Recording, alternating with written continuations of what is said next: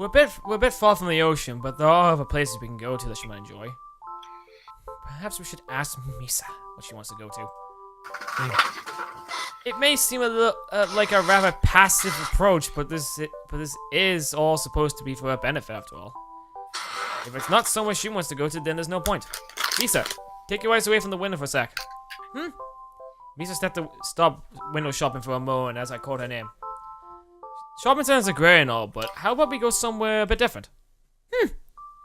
As agreeable as always, it seems Misa is already on board, even without knowing the destination. So any idea where you want to go?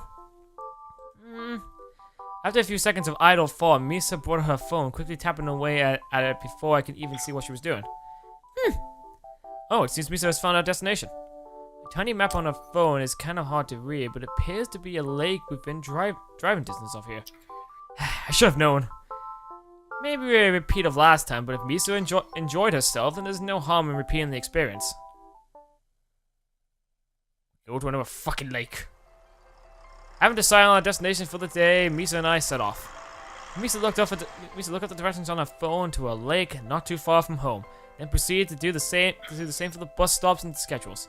After doing a little bit of preparatory shopping, the two of us followed her directions, and before long we had arrived. Oh, she's finally in different clothes now.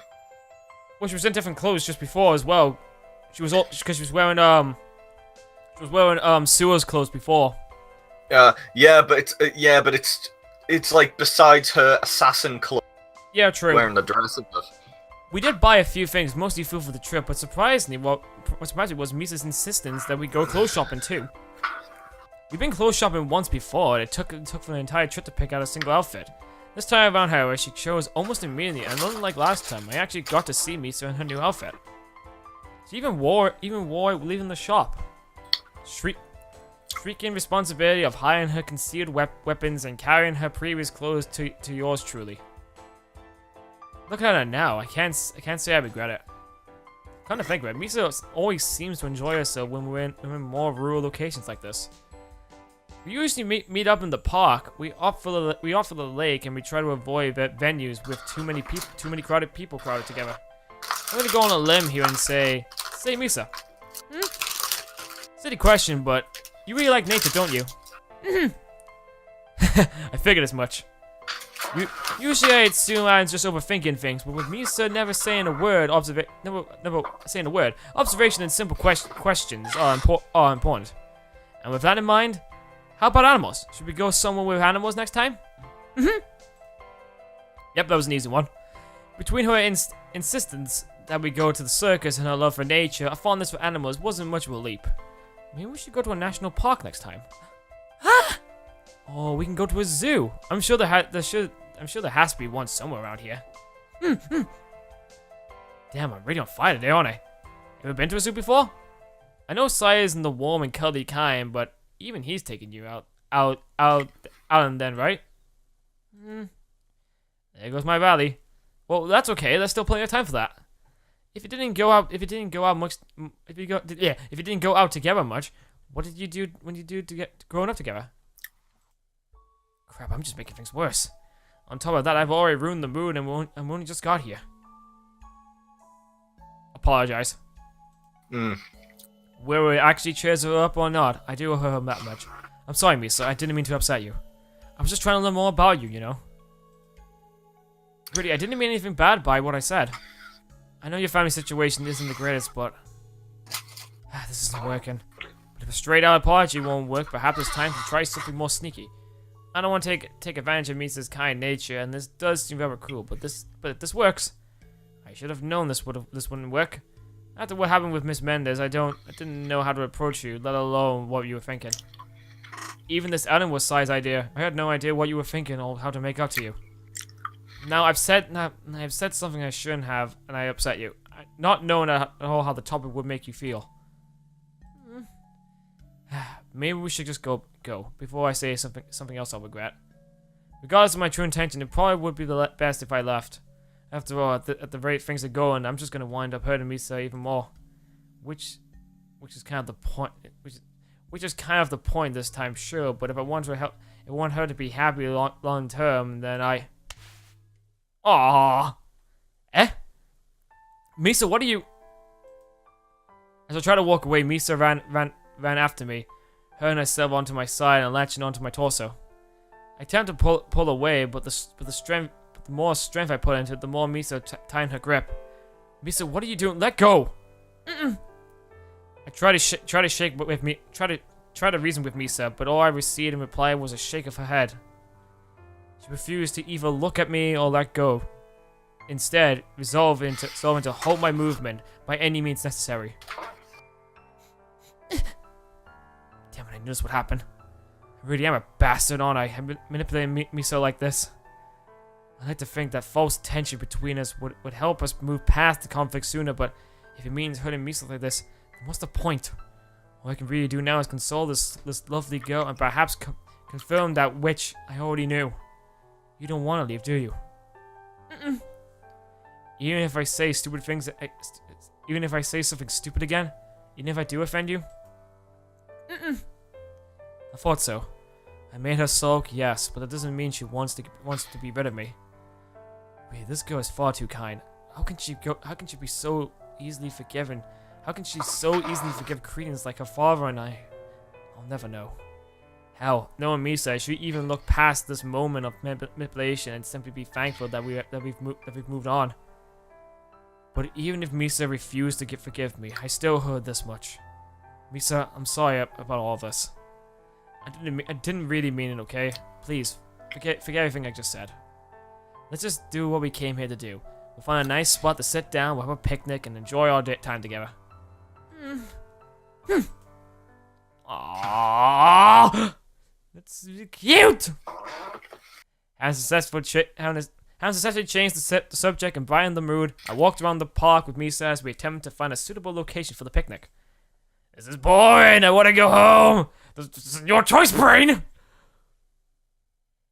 There weren't any tables or any furnishings for us to use, so there were no prime locations to set up. However, after 10 minutes of or so walking around, Misa and I found a spot we both agreed on. What the fuck? Is that steak? That looks like steak! They took steak with them? You should totally get some steak. I want some steak now. We eat steak, okay, but she's like, why the hell are they eating steak? Why the hell not to eat steak? Eat the steak! Okay. Oh god, yes! Allow another minute for preparation, and here we are. Hey, did you get some beers too? No, we don't have beers. We're underage. That doesn't stop you. You're killing. You know, smuggle some. In public. Ah, you suck. I've still got like 2 beers left. I wrote out the cloth included in the hamper we purchased, leaving Misa to handle the food. And then she ate it all. God damn it! Stop eating the food! Hey, it's not my fault. We planned a plate to eat. We grabbed a plate to eat, spread out the different condiments, and started picking out what we want to eat. Misa let out an excited gasp as she filled her plate, paying no mind to the fact that she could reach for seconds at a time. Like a greedy little kid, she made sure to grab all of the meat before I can get any myself, completely ignoring the vegetables platter that she did. Don't grab. Who the hell brings vegetables to a picnic? God! It's called being healthy, me. You don't make friends with salad. You don't make friends with salad. You don't make friends with salad. You don't get any beer if you don't shut up. Uh-oh. Don't grab too much all at once. Leave some for me, okay? Ignore my words, Misa continued piling food on her plate using the fork far more skillfully than last time. Look, I'm warning you! Stop taking all the food! Actually, if he takes any more of that steak, I won't be happy. She took the last steak! No! I suppose I should be happy seeing the fruits of my labor like this. But in this case, I may have taught Misa too well. If I don't hurry up, there won't be anything left for me. Well, nothing filling at least. Don't just grab the meat. There are plenty of vegetables too, you know. No good, huh? Misa's diet wouldn't usually be my concern. If it was, we probably wouldn't eat fast food so often. But in this case, the more she grabs for herself, the less there is for me. Fine, just eat whatever you want. Don't blame me if you make yourself sick. But she ate everything! Well, I did warn her. Misa's barely touched any of the vegetables, and given how quickly she was eating, I wouldn't be surprised if she had indigestion. What's wrong, Misa? Feeling sick? Misa nodded drearily as she moved her fork away from the plate. Quickly, get the leftovers! Ah, yes! Stop controlling me, brain! I've been with Misa often enough to know that our eyes are bigger than our stomach, and contrary to what she might believe, Misa isn't capable of eating as much as I do. However, our portions are usually separated in servants decided on by the vendor of the day, so Misa hasn't eaten herself sick in my presence before. Misa attempted finishing off her plate. I removed the temptation from her sight. In a couple of quick wrist movements, I downed the remainders of her meal, preventing Misa from making herself any sicker. It's for your own good, Misa.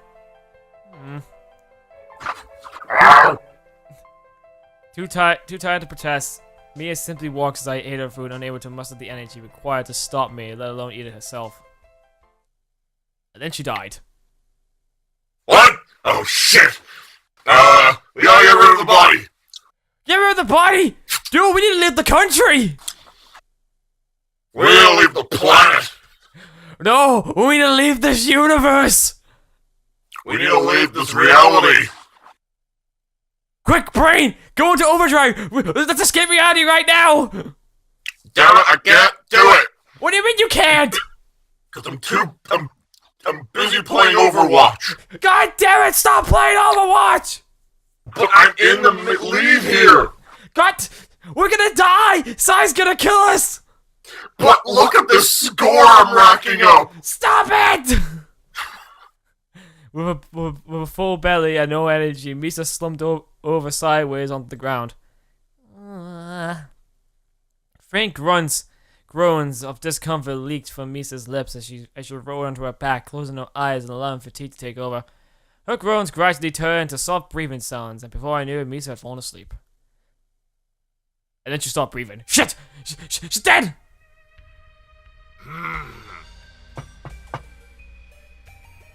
Come on already. Move.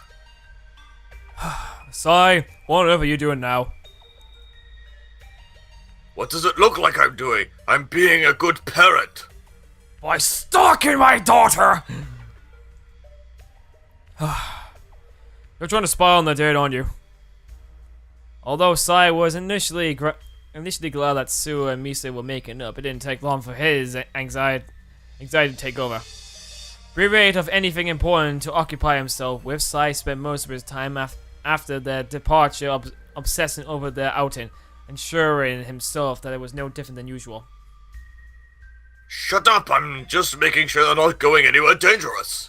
So you're tracking your own daughter's GPS. Like I would do that. I like how his picture has his eyebrow raised as well when he said that. So you're tracking your daughter's GPS. Yes. I'm tracking Suoh's GPS. Which one? He has two. What do you mean he has two? Oh, wait. Oh, shh. Don't tell anyone. Sai, I know you're worried, but those two can take care of themselves. Yeah, we had this discussion. We have indeed. And you didn't listen last time either. So, where those two lovebirds decide to go? The movies, perhaps? Shopping? Maybe a hotel? Hey, that's my daughter you're talking about! They just went to the park, okay? Just a normal, everyday park. Oh. A trip to the park, huh? That's right, they're probably playing tag or hide-or-seeking right now. Although many would consider Sai a realist through and through, whenever his daughter became the subject of conversation, the reason was nowhere to be found. Misa was still just a playful little girl, at the least in his eyes, and nobody would tell him otherwise. But if there was one person bold enough to make fun of science or protect the nature, it was the man right in front of him. Say, which park did they go to?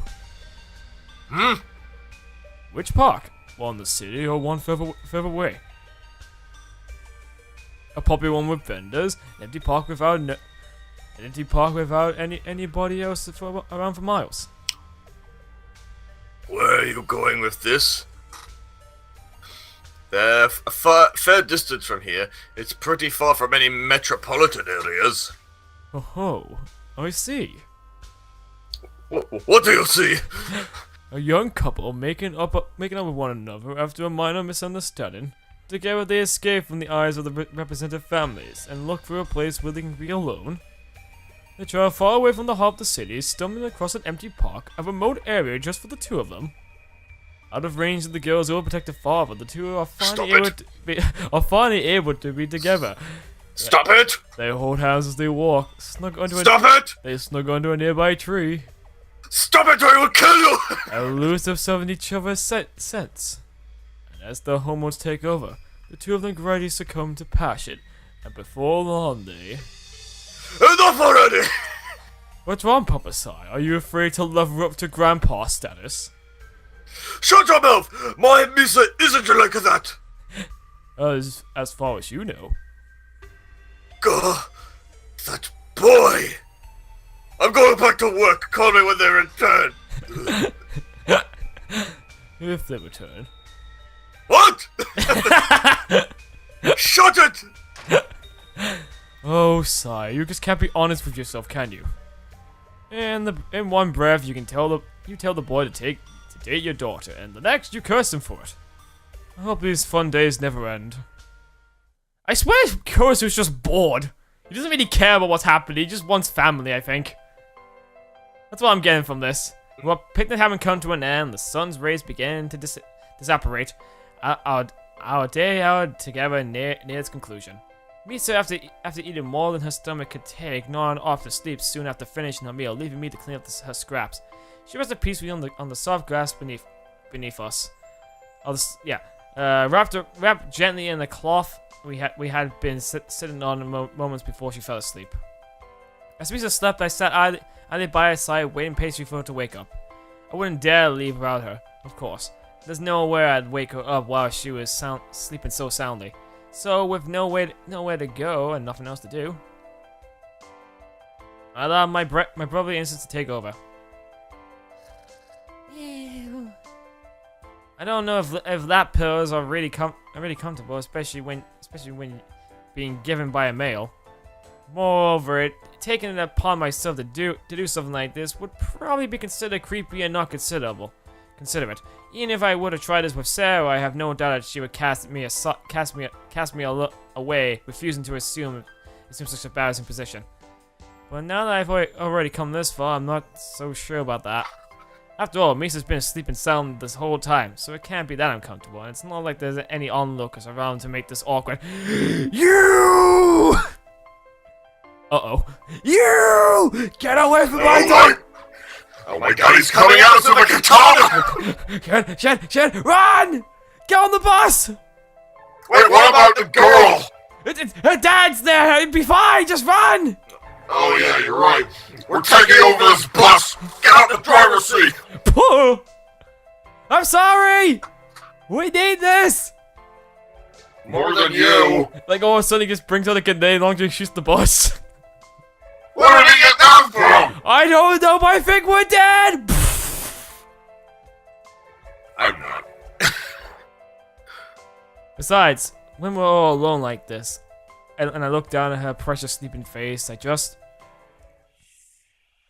To take her? No! No, that's not... I mean, it didn't mean like that. Misa and I get along well, and I do care for her, but I would never. Yes, you would. No! Shut up! Would I? I've done a lot of terrible things considering the length of my life, but something like that is just beyond despicable. What's more, I know that I'm not thinking clearly right now. I've been in this state before. I remember this feeling all too well. It's the same sickening feeling in the bottom of my stomach. It's the same pain in my chest. That nagging voice in my head. It's made me act out before. It's made me do things I usually wouldn't. It's a curse which forces me to act. I wonder if Karasu did this to me. But even knowing all that, why is it manifesting now? Praise of my sisters only seems to flare when I was hesitant to do something I knew I should, or lying to myself about what I wanted. I took it as a sign that I was doing something wrong, and that there was more to a scene than I let on. So why now? In a peaceful situation like this, resting with Misa by my side, what on earth could possibly... You don't deserve this. I see, so that's it. Truthfully, I can't say that's wrong. As happy as this all makes me, as much as I enjoy Misa's company, this is all too good to be true. People like me, vile, perverts, sadistic killers, don't deserve this kind of happiness. I've been living a lie, convincing myself that I could have had the best of both worlds. All this time I've been racking in cash and by doing despicable deeds, but simultaneously living a happy life with Misa and Sarah. I thought I could have an ordinary home life with Sarah and enjoy my time together with Misa like an ordinary teenager would, just work on the side. But for a killer like me, They're too good for you, kid. absolutely correct. Someone as trusted and considerate as Sarah deserves a brother who can look after her. A brother who can be there for her without sneaking back in the middle of the night smelling like blood. A brother who can support her honestly and be there when he's needed. And Misa is a girl so gentle and forgiving, yet locked into a life she doesn't want. She deserves someone who can take her away from this dreadful, this malicious life. Misa deserves an ordinary life, classes at school, friends her own age, and a gender. And a part-time job that doesn't involve slaughtering strangers. The person those two need isn't me. Really, just what am I? As my anguish reaches its peak, sudden movement on my lap brought me back to reality. She's finally awake. With a full stomach and now a good rest, Misa must be feeling rather fulfilled by now. But for how long will it last? The casual bliss of waking up for the moments before memories of the previous day kick in. It may take seconds, but when Misa realizes where she is, she will regret it. She'll regret it coming here. Waking up in the lap of a killer, a person she barely knows, has to be an awful shock. After all, though, we've been spending a lot of time together. I realize that Misa isn't here with me because she wants to.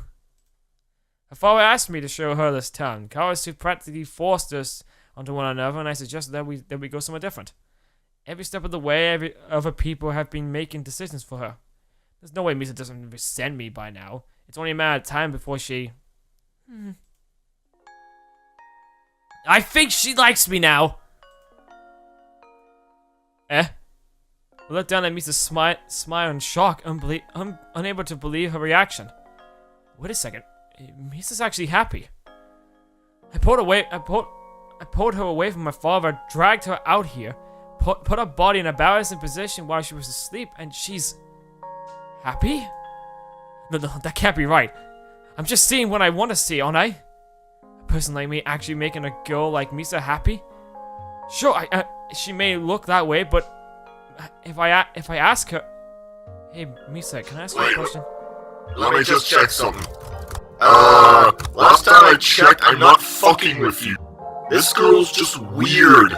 I'm not messing with your reality here, dude.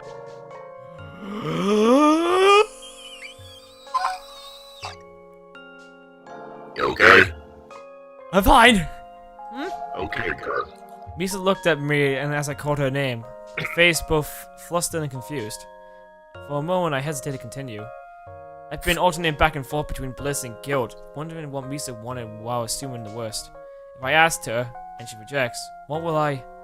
Misa, this may be a strange question, but are you... happy?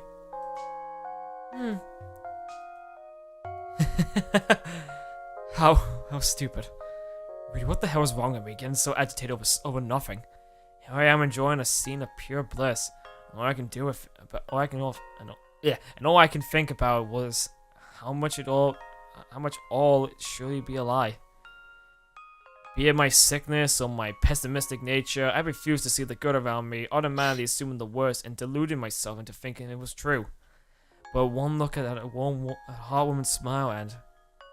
hell, I guess even a killer like me has the power to make other people happy. Whatever the root of my problem may be, I need to stop pinning.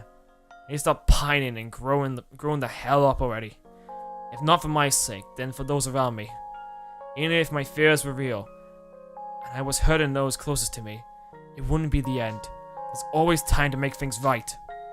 And right now, having fought through the fear of rejection, sitting here with a girl who accepts me as I am, nothing can bring me down.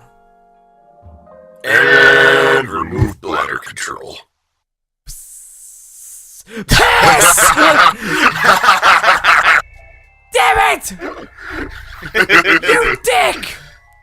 Yep, that's me, and that's what peed. Once again, caught up waiting for our comment. Something's meeting started later than anticipated. I wonder if Vincent and Violet are back yet. But instead of wasting our time waiting for Vincent and Violet, the duo who had gone missing, once again, we waited for the news from Leon, who had been tasked with finding them. Sorry I am late. You wouldn't believe the week I have had. Save the drama. Did you find them or not? No, sir. No sign of Vincent or Violet. I followed the GPS coordinates I was supplied with, but every time I started closing in, the coordinates changed dramatically. So, the GPS tracking has been tampered with? Either that or the signals are being distorted. Alright, Leon, keep at it. Oh wait, sorry. Yeah, Alright, Leon, keep at it. Kane, back him up. Between the two of you, I have no doubt that you'll be able to corner the deserters. Yes, sir. Yes, sir. Another week without a full team, huh? Is that a problem? You managed just fine last week. Wait. What if Violet and Vincent are working for Ada? That's not a bad suggestion. I mean, it would make sense. They've suddenly gone rogue. They might have overheard the plan for them to take over Ada. I don't think anyone else knows. So maybe they overheard the conversation. They're secretly if they're not working for Ada, I'll be really shocked. I know. We have fewer assignments as we took since I anticipated that Vincent and Violet would not be found. The problem is, with three of us taking over everyone else, we don't have time for the special training I was planning. That sounded like it was going to Eric Cartman territory. But guys, we need the special training. Special training? What kind of training did you have in mind? Training for Ada, obviously. You're doing just fine in combat training, but our upcoming mission requires stealth, speed, and reflexes, not physical strength or combat ability. I think I can handle that. Really? It's me, Solid Steak. Leave it to me, I'll train these kids good. Get out! What? Your stealth is just hiding in a box! But it works. Ah! Otacon! Help! I'm sorry, Snake, but my fourth girlfriend has died this week. God damn it, Otacon! No, not you, Snake. And also, like, Otacon's office blows up. Oh! There, now we're done. Moving on. When we get the chance, I'll be having you and Misa run through obstacle courses, practice hiding from guards, avoiding traps, and anything else I believe you'll need to learn. That sounds daunting. Do we really need that? I thought we only had to follow your instructions. You will. What I'll be preparing you for is the worst case scenario. In all likelihood, you need to be a little more than disable the security device, grab what you can, and walk out. But if something does go wrong, I want two of you to be prepared. I see. Well, it's not worth fretting over. For the time being, focus on your job. The two of you have higher priority targets this week. We do? Given our fluctuating numbers of comrades lately, Karasu and I thought it best to only accept high priority work until after Ada. Okay. We need to keep up appearances, so other criminal masterminds in the city don't suspect that Karasu is up to something. We can't overwork ourselves either. Even I only have a few assignments this week, all too important to pass up. And yours are no different. Sai handed me 2 profiles to us, each thinner than usual. Most of the assignments contain plenty of mundane information about the target's everyday lifestyle, background, associations, and everything else that might be helpful in tracking them down. The thin profiles were a bad sign. Once you read those, you will understand. Don't rush this one. Take your time, be careful, and wait for the right opportunity. Oh, I wonder who it is.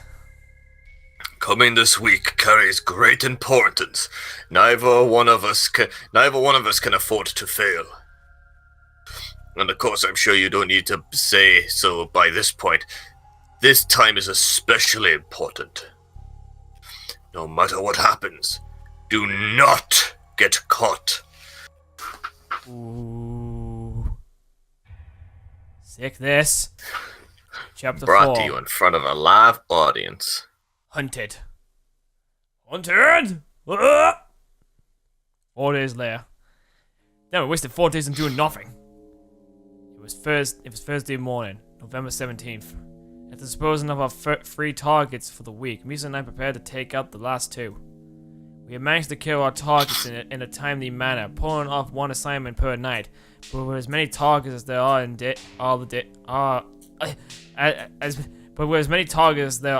days in the working week, we were kind of close. As such, sparing no time for our usual early morning shenanigans, Misa and I head straight to our remaining targets, last known whereabouts. We gleaned basic information from their profiles, gathering our things, and then set out to discover as much as possible about our targets. Once we board a train, I opened the profiles of our targets as Misa leaned over, and together we read through the minimum information available to us. Last up, we have Simon Putman and Martin Valentine, two charismatic teenagers with their own private pharmacy. Both our targets are career criminals with no permanent residence, no known family, and a few associates. They travel from town to town, offering the services from before vacating. Rickman has been a safe haven for those two, given the city's lax approach towards dealing with crime. They've been able to come and go as they please, selling drugs and restocking before moving on. Until now, Kurosu has been turning a blind eye to their activities, letting them get away with anything not determined to his business. They caused him no trouble, and in return, he did nothing to them. It was really a nice arrangement from their point of view while it lasted. Unfortunately, Simon and Martin, they've made many enemies during their escapades, mostly due to their habit of using their pharmacy for personal reasons. Or, above all, they used the Ronfenol on young girls. Last week, the duo struck again, this time making the grave mistake of dosing the daughter of a district attorney, then ransoming her back. What Simon and Martin failed to take into account was that Karasu's waste disposal service proved cheaper than their ransom. And as the presence of Misa and I proves, the DEA has no qualms about the criminals to punish other criminals. Misa and I eventually arrived in the district of our remaining targets, at which point we headed to the apartment complex in which Simon and Martin were last seen. The streets were fairly empty despite being almost noon, and even as we approached the large complex, we can hear no signs of life. How strange, an apartment complex in the middle of a district packed with local businesses. Should be flooded at this time of the day. Unless we're in a really dark, unless we're in like a really bad neighborhood. It seems that way. That cracked window suggests that. And that air conditioning's is kind of, well, you know, dripping, so it's kind of staying in the wall. And there's also trash. There's also trash bags everywhere, so. I got a bad feeling about this. Oh, that might have been me. I think I farted. Oh God! Instead, since the moment Misa and I got off the train, this place is being like a ghost town. How can a business district be so devoid of human life in the middle of the day? Shit, check this place out. We are pretty much, it looks like we're in the ghetto. I think we are in the ghetto. Curious about the state of things, Misa and I left the apartment complex and headed further into the town. We passed by a couple of people who appeared to be looking around the city in a confused manner, but otherwise we failed to set eyes on anybody worth paying attention to. Hello? I tapped on the glass window of a convenience store, which, despite saying it was open, was clearly locked. No response. If there is anyone in sight, they don't want us to know about it. No good. Just where is everybody? It's like we're in fucking Silent Hill, but there's no fog. It'd be easy to find and kill our targets if there are few people around, but at the same time, looking around where there's nobody in sight makes me feel like we're in the wrong place. What's more, we don't exactly have time to spare, even if they're together, when you have 2 days to find and kill those guys.